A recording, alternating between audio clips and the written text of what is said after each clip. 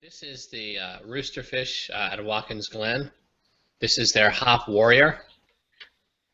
It's an interesting label. Yeah, cool label. Yeah, it's the 8% beer. It's 100 plus IBUs. I don't know the ingredients. They really don't list their ingredients on their website all that much. And this is very, like we were talking before, this is very East Coast. This is a big, it's really more of a malt warrior than a hop warrior.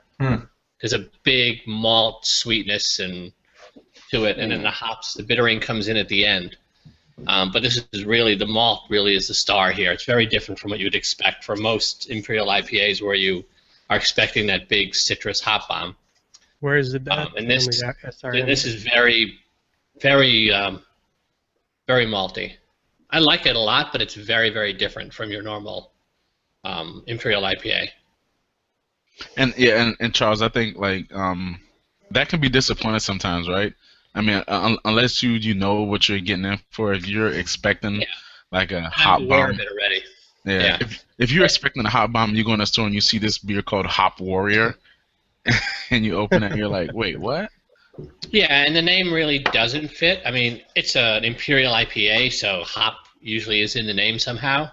But really, the malts really are the star in this beer, and I don't know what you could. A Malt Warrior would seem like an odd name for an Imperial IPA, right.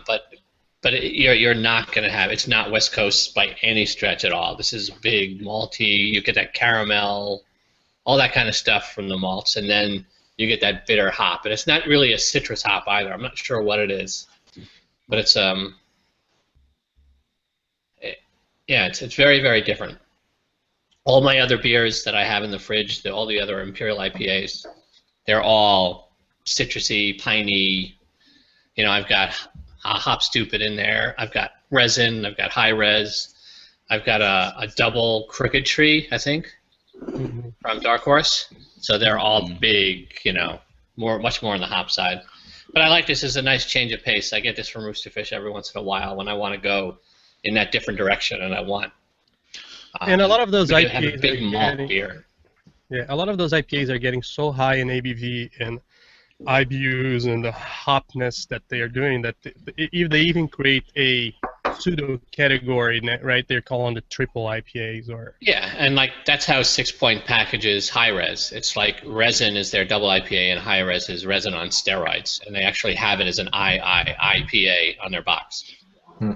This one's on the lower end of the Imperial scale at 8%.